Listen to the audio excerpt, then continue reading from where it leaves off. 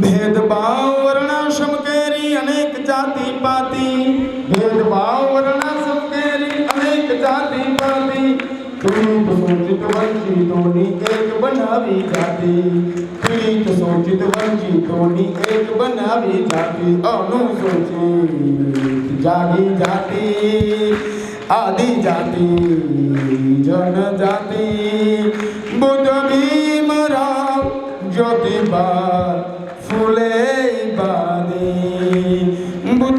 नेक बनो ने एक बनो ने मटालो पेटा जाति, नेक बनो ने एक बनो ने मटालो पेटा जाति, बहुजनों ने आज बिरदावी विष्णु बनो अजाति, बहुजनों ने आज बिरदावी विष्णु बनो अजाति।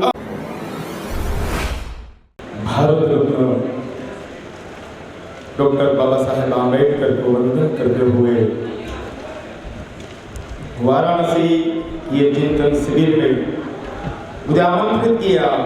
मुसाफिर साहब सौर के साथ कहा, मैं आभार व्यक्त करता हूँ और आप सबसे एक अनुरोध भी करता हूँ कि अब मैं आपके सामने जो कुछ भी बात रखूँगा मैं आपको विनती के साथ कह रहा हूँ कि आप शांति से उसे सुनने का प्रयत्न कीजिएगा।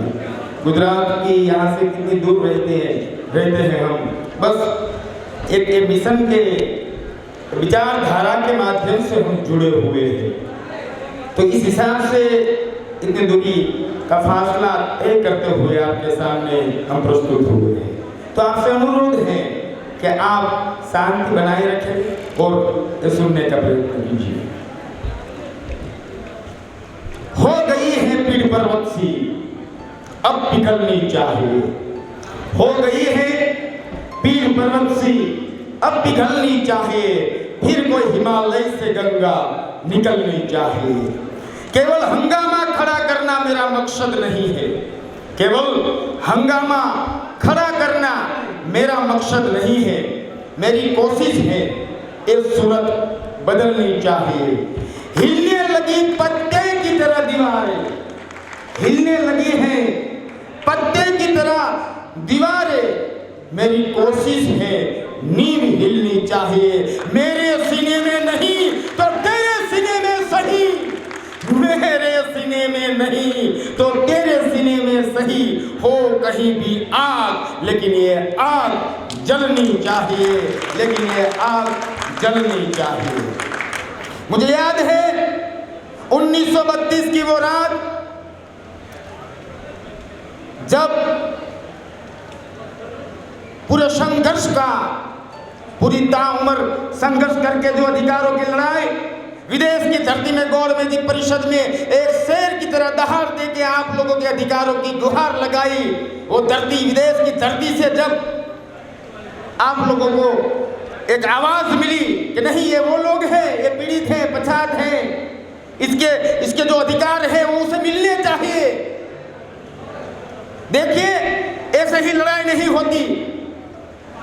1917 से लेकर 1932 तक डॉक्टर बाबा साहेब आम्बेडकर ने उसे पता था ये लड़ाई है, युद्ध है और हमें जीतना है। We want to won this war, हमें कुछ भी करके ये युद्ध जीतना है। 1932 में जब आपके अधिकारों की लड़ाई वहां लड़ी जा रही थी, वहां वो महर लगा के भारतवर्ष की भूमि में आए थे, आपके अधिकार लेके आए थे। ये मानो एक समान है, जो अधिकार उन लोगों को मिलता है इसे भी मिलना चाहिए, इसे शिक्षा मिलनी चाहिए। सभी अधिकार लेने लिखवा के जब भारत की धरती पे आए तब यरवड़ा की जेल में चहल पहल होने लगी, यरवड़ा की जेल में चहल पहल होने लगी, क्योंकि इसको अधिकार अगर मिल गए तो ये हमारी छाती पे जाकर बैठेंगे। किसे दिक्कत हो गई थी? कौन था वो शख्स जो मानवता की बात कर रहा था? तो ये मानवता की नींव रखने क्यों नहीं दे रहा? क्या दिक्कत है? वो कह रहे हैं कि ये लोग हमसे अलग नहीं है। सुनिएगा, बाबा साहब ने कह दिया कि नहीं अब अलग मतदार मंडल इसका होगा, इसे सभी अधिकार मिलेंगे। लेकिन यरवड़ा की जेल में आमरण अनशन पर गांधी जाकर बैठ गए कि अब ये मिला तो जब तक ये अधिकार आपको रोकने की पूरी तरह से कोशिश की गई है, लेकिन बाबा साहब तो बाबा साहब थे, वो मानने के लिए तैयार नहीं थे।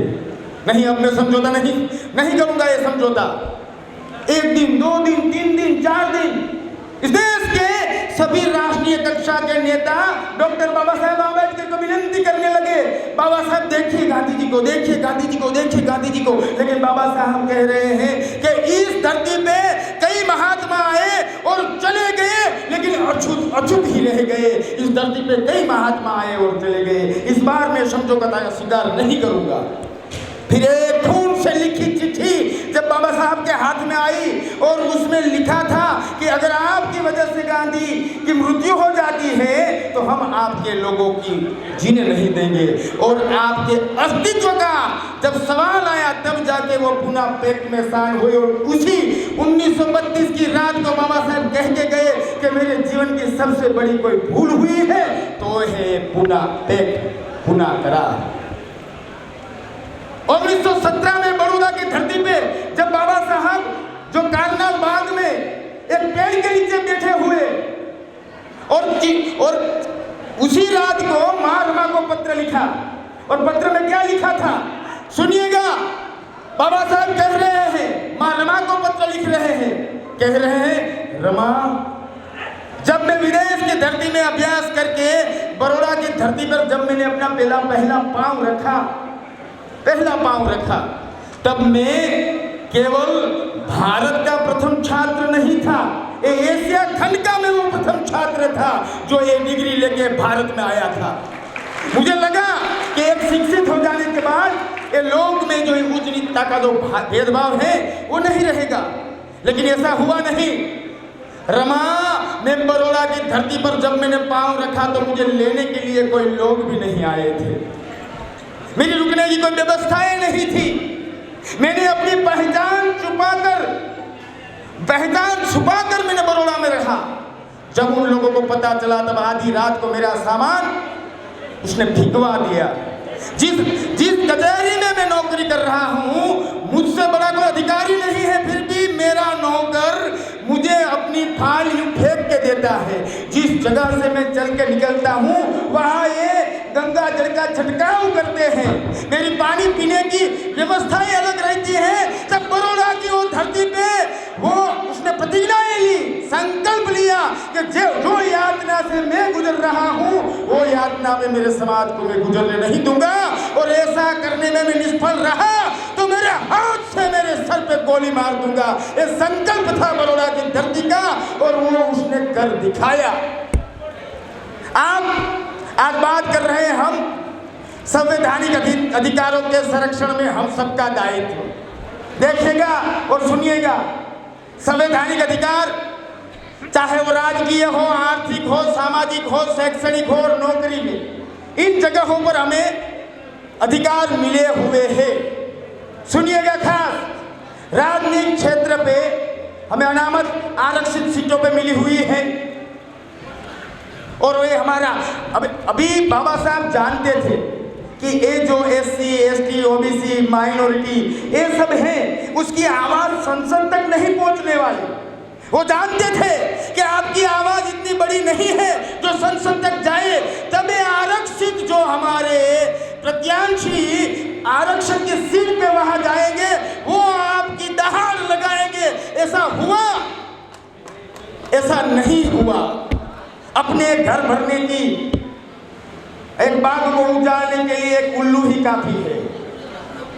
एक बाग को उजाड़ने के लिए एक उल्लू ही काफी है। यहाँ डाली डाली पे उल्लू है, अंजाम गुलिस्ता क्या होगा।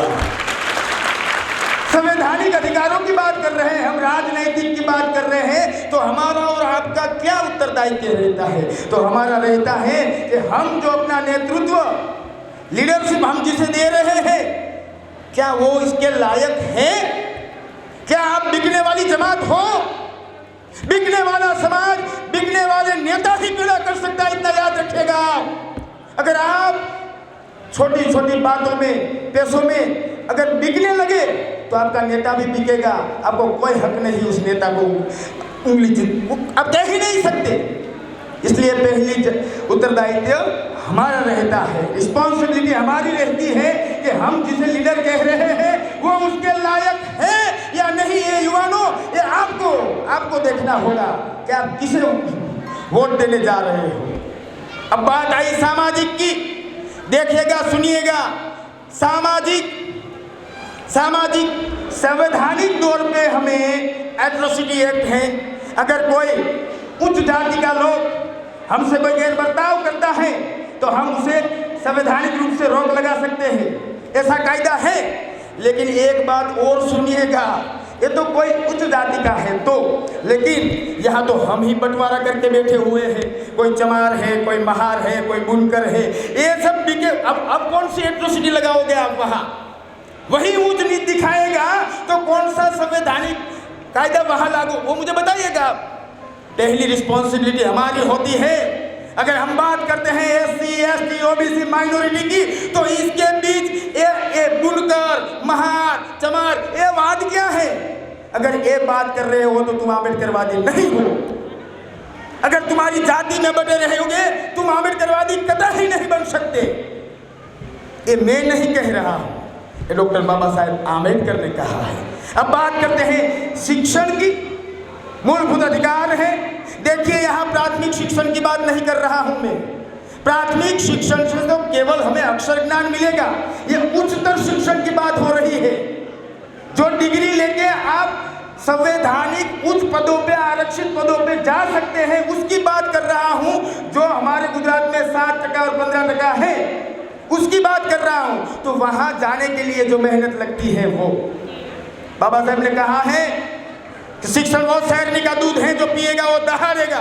लेकिन वो दहाड़ आती क्यों नहीं? क्योंकि जो शिक्षण आप लिए जा रहे हो, मिशन जब तक पढ़ोगे नहीं तब ये दहाड़ आएगी नहीं। तब तक ये दहाड़ कभी भी आ नहीं सकती। कभी मैंने एक पंक्ति लिखी हुई थी, मेरी ही लिखी हुई है, गौर फरमाइएगा। पुनः करार जो मैंने बात की आपसे, जीत जश्न का हमको मनाना ही था।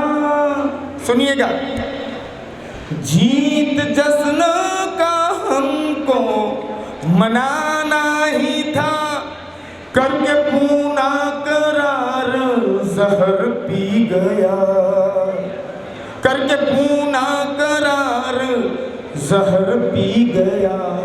रोते रोते पढ़ी जब मैंने दास्तां, रोते रोते पढ़ी जब मैंने दास्तां, भीम विषन के दिल में बिगाड़ कर गया, तोड़ के रख दी मेरी सारी जंजीरें, तोड़ के रख दी मेरी सारी जंजीरें। एक आंबेडकर ने ये क्या कर दिया, एक आंबेडकर ने ये क्या कर दिया। अब बात करता हूँ, जो आरक्षित सीट पे नौकरियां लगा के बैठे हैं वो अधिकारी वर्ग। बाबा साहब ने 1934 में किया है, मुझे धोखा पढ़े लिखे लोगों ने दिया है। इसे क्या ये जो अनपढ़ लोग हैं वो क्या करेंगे? हम सब जानकर भी अनजान बन के अपने घरों में दबे हुए बैठे रहते हैं, उसका क्या? अब सुनिएगा, अब रिस्पॉन्सिबिलिटी, क्योंकि मुझे यहाँ पर एक बात आपको कहनी है। बाबा साहब ने तकरीबन 40 ऐसे युवाओं को विदेश की धरती में पढ़ने के लिए भेजा। सुनिएगा सभी, शायद कोई उत्तर प्रदेश से भी रहा होगा। तो वो 40-50 आदमी गए, कहाँ गए? विदेश की धरती में गए। वहाँ से पढ़ लिख के वापस आए, कोई इंजीनियर बना, कोई डॉक्टर बना, कोई वकील बना, और वापस आए तो 50 में से 40 लोग तो कहीं चले गए, मिले ही नहीं। 10 और 12 आदमी थे शायद। बाबा साहब को मिले और बोले कि बाबा साहब आपने हमें भेजा था, हम पढ़ लिख के आ गए, मैं डॉक्टर बना, मैं वकील बना, मैं इंजीनियर बना, अब मुझे क्या करना है? तब बाबा साहब ने कहा, सुनिएगा, बाबा साहेब ने कहा कि बस आपको कुछ नहीं करना है, जहाँ पर हमारी ST SC OBC की बस्ती रहती है वहाँ जाना है, खड़ा रहना है और कहना है कि मैं आप लोगों के बीच में से आया हूँ और मैं डॉक्टर हूँ, मैं आप लोगों के बीच में से आया हूँ और मैं इंजीनियर हूँ। तो वहाँ कोई मेरी माता, मेरी बहन आपको सुनेगी और वो उसके बेटे को भी ये कहेगी कि ये डॉक्टर है, मुझे भी मेरे बच्चे को डॉक्टर बनाना है। ये सपना देखा, ये जो डिजायर है, जो इच्छा है, वो दिखाने के लिए तुम्हें जाना है, घर घर जाना है। लेकिन अभी देखिए, अपना बच्चा है तो अभी हम कभी कलेक्टर कचहरी पे ले जाए, कभी कोई पुलिस स्टेशन पे ले जाए, कभी कोई मामलतदार कचहरी पे ले जाए और उसे दिखाए कि कलेक्टर है, तो उसे पता चलेगा ना कि मुझे ऐसा बनना है। लेकिन आप ले कहाँ जा रहे हो? जयकारा लगाने कहाँ ले जा रहे हो अपने बच्चे को?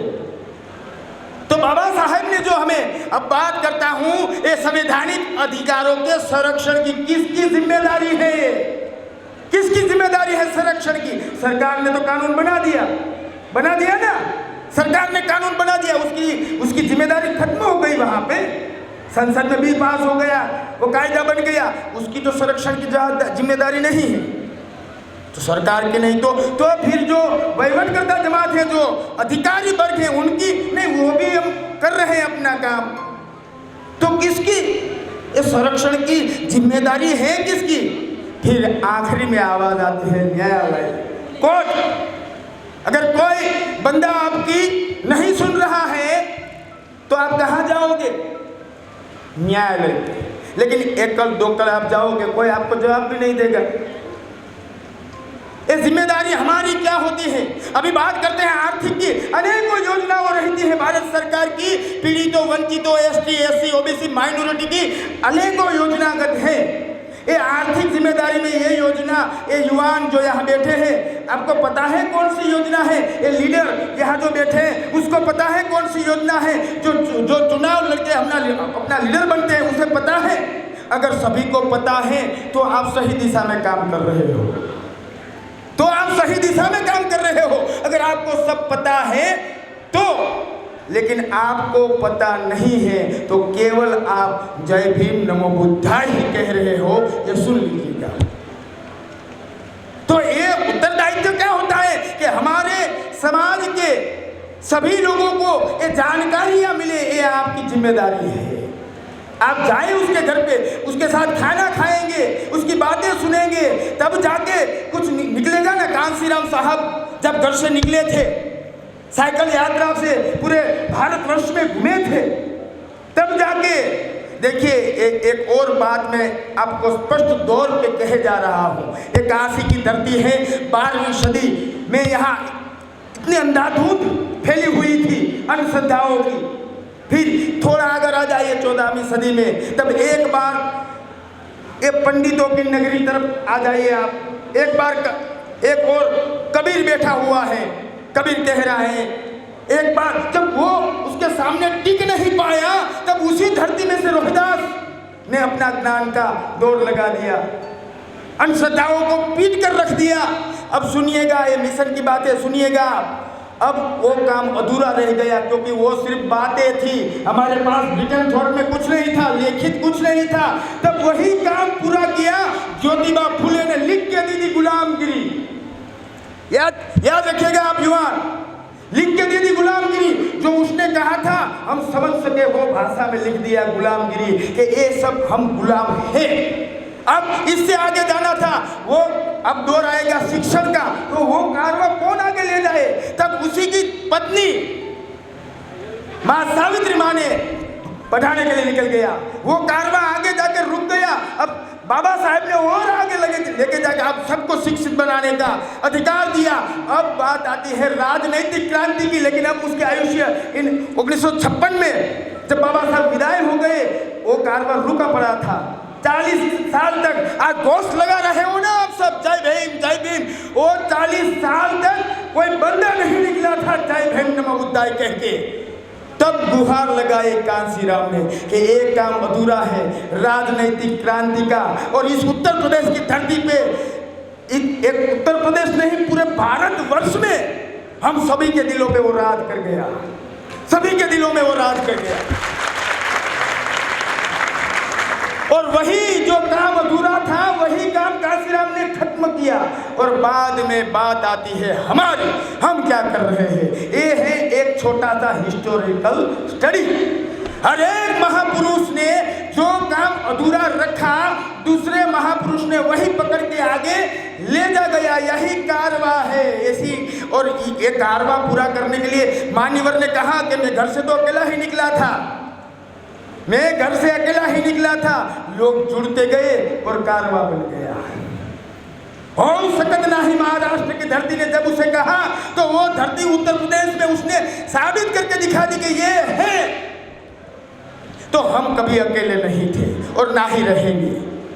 तो संवैधानिक अधिकारों के संरक्षण में हमारी जिम्मेदारी इतनी रहती है कि हमारे सभी समाज के सभी वर्ग, एसटी, एससी, ओबीसी, माइनॉरिटी के घर तक एक ज्ञान की बात पहुंचनी चाहिए। ये तुम्हारा अधिकार है और तुम्हें मिलकर रहेगा। पहले उसे हमें जागरूकता लानी पड़ेगी। पहली जिम्मेदारी हमारी ये रहती है। दूसरी जिम्मेदारी रहती है ये जो युवान बैठे हैं उसकी, कि वो हमारे महापुरुषों को पढ़े। क्योंकि यहाँ अपनी हिसाब से आंबेडकरवाद चलाया जाता है। इस तरह से नहीं होता आंबेडकरवाद। हमें जो लिखित में मिला है वही है आंबेडकरवाद। आपको पढ़ना होगा। कोई भी जय भीम का नारा लगा के ऐसा नहीं होता। आपको पढ़ना होगा। कल का उत्तर प्रदेश आप है, कल की जिम्मेदारी आपकी है, कल का बुद्धिज्म आप है, कल का आंबेडकरवाद आप है। तो आपको पढ़ना होगा और एक ज्ञान को घर तक ले जाना पड़ेगा। और जो अधिकारी वर्ग है उसको इसे आर्थिक सहायता प्रदान करनी होगी, तब जाके युवान खड़ा होगा। अपने बच्चों से ये जो व्यसन हो रहा है उससे थोड़ा दूर निकलकर हमें एक और, तब जाके हम बाबा साहब के मिशन को आगे ले जा सकते हैं। एक और गीत आपको जो मेरा ही लिखा हुआ है बादब में उगाकर अपनी बात को समाप्त करूंगा। बगल में थैला के रंग है नीला, तू चल बोले जा तू जय जय भीमा। बगल में थैला के रंग है नीला, तू चल बोले जा तू जय जय भीमा। बगल में थैला के रंग है नीला, चल बोले जा तू जय जय भीमा। बाबा की कलमे से चलती तेरी सांसें हम तो किसी को दिला। बाबा की कलमे से चलती तेरी सांसें हम तो किसी को डरा। ये जो कहानी है सदियों पुरानी है, डर को जरा तू जला। ये जो कहानी है सदियों पुरानी है, डर को जरा तू जला। बगल में थैला के रंग है नीला, के चल बोले जा तू जय जय भीमा। बगल में थैला के रंग है नीला, के चल बोले जा तू जय जय भीमा। ये जो मिशन के जो गीत रहते हैं ये कहाँ से आते हैं? एक ये यूं ही नहीं मिलती। 1947 में जब हम आज़ाद हुए तब पूरा देश आज़ादी का जश्न मनाता था। पूरा देश में जय घोष नारा लगा हुआ था। तभी एक बंदा महाराष्ट्र की धरती पे अन्ना भाऊ साठे एक गुहार लगाए निकला था। 40 एक बंदे उसके साथ रहे होंगे, मगर वो महाराष्ट्र की सड़कों पे जाके क्या बोल रहा है? ये आज़ादी झूठी है, देश की जनता भूखी है। बाबा साहब ने कहा है। दो ही एक बात सुनिएगा, एक आप में हिम्मत चाहिए, दूसरे आपके पक्ष में सत्य चाहिए। सुनिएगा सभी, एक आप में हिम्मत चाहिए और दूसरा आप सत्य होना चाहिए। फिर आपके आगे पूरी दुनिया भी खड़ी हो तो बड़े हो, आखिर में जीत तुम्हारी होगी, तुम्हारी होगी। ये मैं नहीं कह रहा हूँ, ये बाबा साहब ने हमें कहा है। डरना मत, झुकना मत, रुकना मत, थकना मत। मैंने दिखाए हुए मार्ग को अविरत तौर पे चलाते रहना वहीं से। और बाबा साहब ने आखिर में इन 1952, 1954, 1956 तीन इंटरनेशनल बॉडीज कॉन्फ्रेंस में जाकर ये बात रखी कि अगर कोई आपकी बात यहाँ नहीं सुनता तो यहाँ आपके लिए मदद है, आप वहाँ जाइएगा। और इसी तौर को आगे ले जाते हुए हमने ये तय किया, बुद्धम शरणं गच्छामि, धम्मम शरणं गच्छामि, संघम शरणं गच्छामि।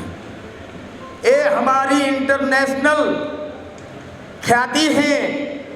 और हाँ, अभी एक और दाखला आप सुन लीजिए, बड़ी, अगर कोई हमें कहेगा तो चलो भाई तुम ए रिलीजन, ये धर्म में चले जाओ, ये धर्म में चले जाओ, आप जाओगे?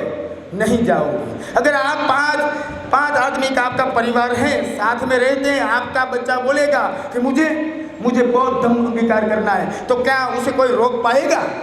क्यों? वो दूसरा कोई धर्म में जा रहा है तो क्यों रोक रहे हो, और इसमें क्यों नहीं रोक रहे? ये बात साबित होती है कि आपके वंशज बौद्धिस्ट थे। उस घर में जो इस घर में आपका विरोध इसलिए नहीं हो पा रहा है कि हम तो नहीं जा रहे हैं, लेकिन मेरा बच्चा सही दिशा में जा रहा है, उसे क्यों मैं रोकूं, उसे तो जाने दूं। ये हमारा जेनेटिक, जो जिसे कहता है ना जेनेटिक, 1 पीढ़ी 2 पीढ़ी 3 पीढ़ी 4 5, कहीं ना कहीं आपके घरों में बौद्धिस्ट थे, उस हिसाब से आज तुम बौद्धिस्ट हो। ये कोई नया नहीं है, जो तुम्हारा है वो तुम्हें देने के लिए हम तवज्जो दे रहे हैं, इसमें कोई नई बात नहीं है। गुजरात की धरती में मंचस्थ सभी अलग अलग स्टेट से आए हुए लोग हैं। मैं आमंत्रित करता हूँ, आप भी आइए हमारे गुजरात में, हम आपकी सेवा में उपस्थित रहेंगे। और आप सबको भी मैं कह रहा हूँ, गुजरात के जूनागढ़ जिले में मैं रहता हूँ, बिशन काथड़ मेरा नाम है। आइए कभी, बनारस तो हमने देख लिया, कुछ दिन तो गुजारो गुजरात में तब, लेकिन हम सब जुड़े हुए हैं एक ही वजह से, और वो वजह है डॉक्टर बाबा साहेब आम्बेडकर। और कोई एक ही रिश्ता हमारा और तुम्हारा है, और वो रिश्ता है विचारधारा का। आप कहाँ से आते हो, कहाँ रहते हो, उससे कोई मतलब नहीं है, लेकिन आप हमारे हो और मैं आप सबका हूँ, वो एक ही वजह से रहता है, डॉक्टर बाबा साहेब। अगर आप में से कोई आम्बेडकरवाद का विरोध करेगा तो आप मेरे कोई आपके साथ कोई लेना देना मेरा है ही नहीं, फिर चाहे आप मेरे भाई ही क्यों न हो, उससे कोई मतलब नहीं। तो तेरे घर पे जो रोशन दिए हैं, तेरे घर पे जो रोशन दिए हैं, मेरे भीम के जलाए हुए हैं, तेरे घर पे जो रोशन दिए हैं, मेरे भीम के जलाए हुए हैं। और मुसाफिर साहब को ये गीत, ये तो गुजराती में है, लेकिन उसने बार बार मुझे कहा कि ये तो आप सुनाना है, ये तो आप सुनाना है, इसलिए मैं वो 2 पंक्ति, और आपको गुजराती में है, समझ में आ जाए तो ठीक है, वरना कोई बात नहीं। भेदभाव वर्णाश्रम केरी अनेक जाति पाती, भेदभाव वर्णाश्रम केरी अनेक जाति पाती, पीड़ित शोषित वंचितोनी एक बनावी जाति अनुसूचित, जागी जाति आदि जाति जनजाति, बुद्ध भीमराव ज्योतिबा फूले बारी, बुद्ध भीमराव निज खोज दलिता दे चिंगारी, देख दलिता बन अधिकारी, हाथ धरी कलम कटारी, बन जाने के नाथ उगारी, जना ज्ञान का वो उजियाला, मिटा डर को बन जा मत वाला, मिटा भेद जो बुद्ध को पाया, खुद को खोज खुद ही पाया।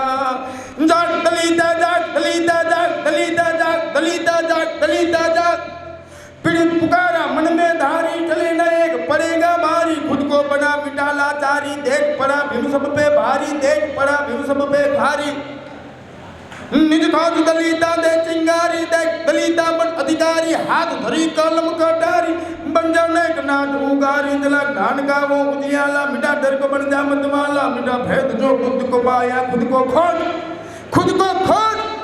खुद ही पाया। आप सब, मैं आभार व्यक्त करता हूँ मुसाफिर साहब का, जिसने मुझे इस लायक समझा कि इस शिविर में मुझे न्योता देना पड़ेगा, इसलिए मैं आभार व्यक्त करता हूँ मुसाफिर साहब का। मैं आभार व्यक्त करता हूँ सोलंकी साहब का, जिसके विजय भाई का, जिसके माध्यम से मैं आपके बीच आया। और अंत में मैं आप सबका हृदयपूर्वक आभार इसलिए व्यक्त करता हूं कि आपने इतनी देर तक शांति से मुझे सुना। लेकिन हम सुन, ये बहुत बड़ी बात है, अपने में बड़ी बात है। इसलिए आप सबका हृदयपूर्वक मैं आभार व्यक्त करता हूं और इसी साथ आप सबको विशन काथड़ का जय भीम, नमो बुद्धाय। एक बहुत फेमस इनका गीत है और उसी गीत पर मैंने बोला था कि मैं आपको उत्तर प्रदेश बुलाऊंगा और वो गुजराती में गा रहे थे, लेकिन हमको ये समझ में आ गया कि वो हिंदी में गा रहे हैं। और इतना बढ़िया, ये एक्चुअल में ऑफिसर है, लेकिन मिशन के लिए जो समर्पण भाव है ये खुद लिखते हैं। तो ये जो गीत मैंने गुजरात में सुना और मैं किसी का, जैसे पप्पू राजा का एक गीत जो गा रहे थे स्टार्टिंग में, वो केवल मैं वही गीत सुनता हूँ और मालती जी का भी एक ही गीत सुनता हूँ। एक ही गीत इन लोगों का मेरे हृदय में इतना छाप छोड़ा है कि उसी को मैं मरते दम तक सुनता रहूँगा। यही मेरी इच्छा है। और वो मैं चाहता हूँ वो गीत जिसको मैं गुजरात में सुना था विजय सिंह राठौर के फार्म हाउस पर, पंचशील फार्म हाउस पर, और आप लोगों को अवसर देंगे। विजय भाई राठौर जी वहाँ पर एक बुद्ध विहार बना रहे हैं। इन लोगों ने कहा है कि उत्तर प्रदेश के जितने लोग आएंगे उनका हम लोग स्वागत करने के लिए तैयार रहेंगे। ये मेरे को उन्होंने वचन दे दिया। तो आगे विशन काथड़ की जो बहुत फेमस गीत है और बड़ा मोटिवेशनल है, प्रेरणादायी है, तो अनुरोध करता हूँ आप सबके तरफ से कि कृपया उसे सुनाएं। Thank you. फिर से मुसाफिर साहब ने हमें अनुरोध किया, मैंने वो पंक्ति भी आपके सामने रखी हुई थी, वापस वो पंक्ति दोहरा देता हूँ मैं आपको। भेदभाव वर्णाश्रम केरी अनेक जाति पाति, भेदभाव वर्णाश्रम केरी अनेक जाति पाति, पीड़ित शोषित वंचितों एक बनावी जाति, पीड़ित शोषित वंचितों एक बनावी जाति, अनुसूचित जागी जाति, आदि जाति, जनजाति, बुद्ध भीम राव ज्योतिबा फुले बादी, नेक बनो ने एक बनो ने मटालो पेटा जाति, नेक बनो ने एक बनो ने मटालो पेटा जाति, बहुजनों ने आज बिरदावी विष्णु बनो अजाति, बहुजनों ने आज बिरदावी विष्णु बनो अजाति, अनुसूचित जागी जाति, आदि जाति, जनजाति, बुद्ध भीम राव ज्योतिबा फुले बादी। ये जो गीत है वो गीत हमारा जो मिशन का लगाव है, हमने जो नायक बहुजन नायकों ने जो दिया है उसकी हालियों हटलैने हकदार के दुश्मन के रीछे भरमार गूंजियों गोद में जी आवाज भिमना का बोले थे यार मटाया भेद कराते एक दिदाते पाठ कराते ने ठैया कलम नी टकराव दे तो नथी कोईने दाव। जियो भीमराव, जियो भीमराव, जियो भीमराव, जियो भीमराव। जय भीम, नमो बुद्धाय।